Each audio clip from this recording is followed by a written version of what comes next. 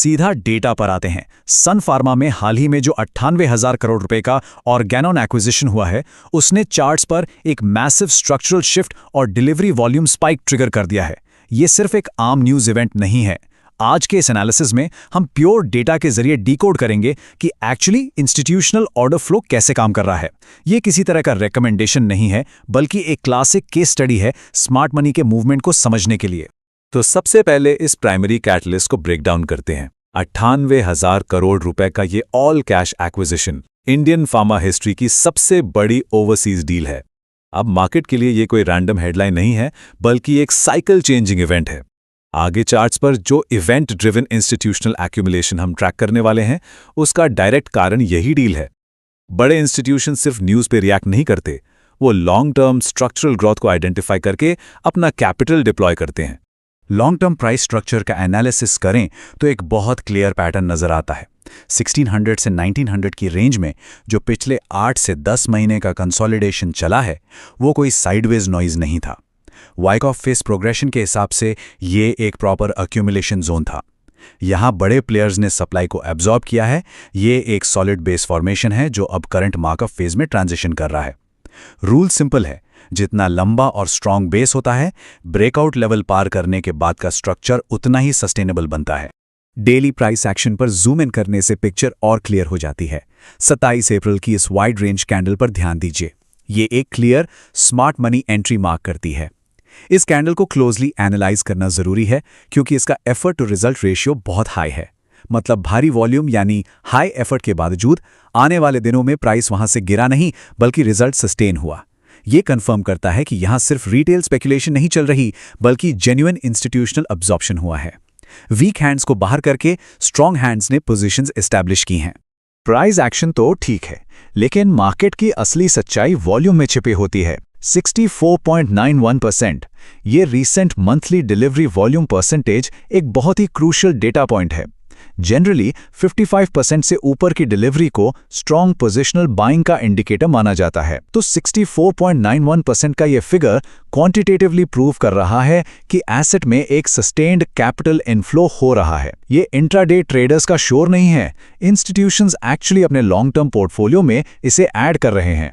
इस मोमेंटम की validity check करने के लिए जब डेली और weekly delivery volume data points को साइड बाय साइड कंपेयर किया जाता है, तो दिखता है कि दोनों ही टाइम फ्रेम्स पर मोमेंटम कंसिस्टेंटली 60% के ऊपर सस्टेन कर रहा है।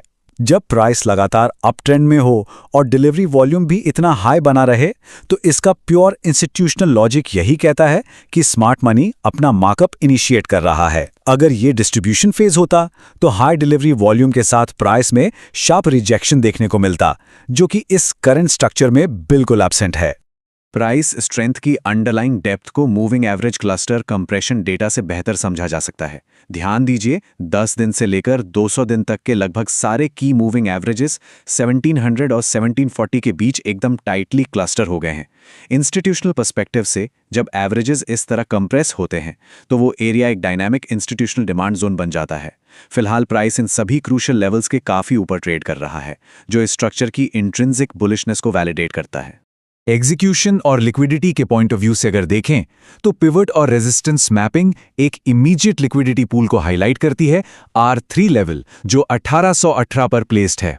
बड़े मार्केट पार्टिसिपेंट्स हमेशा लिक्विडिटी जोन्स के आसपास अग्रेसिवली एक्ट करते हैं। अगर प्राइस इस 1818 के मार्क को अपसाइड ब्रेक करके सस्टेन करता है, तो वहां से मोमेंटम एक्सपेंशन इनिशिएट होगा। बेसिकली यही वो ट्रिगर पॉइंट है जहां से ट्रेंड एक कंट्रोल्ड वे में फर्दर एक्सेलरेट कर सकता है। अब एक कदम पीछे हटकर ब्रॉडर मैक्रो इकोनॉमिक पिक्चर को इवैल्यूएट करते हैं। मार्केट साइकिल मैपिंग के अकॉर्डिंग 2022 से 2024 तक एक क्लियर बेस बिल्ड हुआ।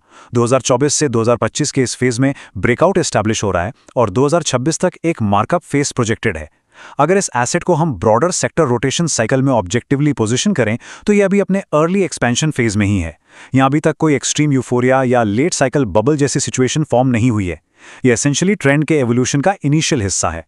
प्रोफेशनल मार्केट एनालिसिस में हमेशा प्रोबेबिलिटीज मैप की जाती हैं, सर्टेनिटी नहीं। इसलिए दोनों सिनेरियोज को वेटेज देना जरूरी है। सिनेरियो 1, अगर 2000 के साइकोलॉजिकल रेजिस्टेंस के ऊपर एक सस्टेन ब्रेकआउट मिलता है, तो फिबोनाची एक्सटेंशन के हिसाब से 2200 एक high probability bullish continuation target बन जाता है। लेकिन सिनेरियो 2 भी ध्यान में रखना होगा। अगर 2000 के आसपास हैवी वॉल्यूम के साथ रिजेक्शन आता है तो ये एक बियरिश डिस्ट्रीब्यूशन ट्रैप में कन्वर्ट हो सकता है। ऐसा होने पर प्राइस अग्रेसिवली वापस 1750 के बेस को रीटेस्ट करने के लिए फोर्स हो जाएगा। तो इस सारे डेटा और एनालिसिस को एक ऑब्जेक्टिव एग्जीक्यूशन फ्रेमवर्क में कैसे स्ट्रक्चर करें? देखिए, इंस्टीट्यूशनल ट्रेडिंग हमेशा स्ट्रिक्ट रिस्क रिवॉर्ड पैरामीटर्स पर चलती है। यहां 2000 का राउंड नंबर एक क्लियर डिसीजन पॉइंट है। यही लेवल डिक्टेट करेगा कि ट्रेंड में नेक्स्ट एक्सेलरेशन आएगा या नहीं, और डाउन साइड पर 1700 का लेवल एक डिफाइन किया हुआ रिस्क जोन है।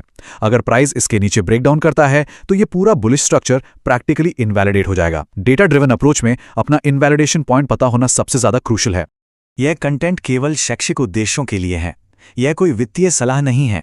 कोई भी निवेश निर्णय लेने से पहले कृपया अपनी खुद की रिसर्च अवश्य करें।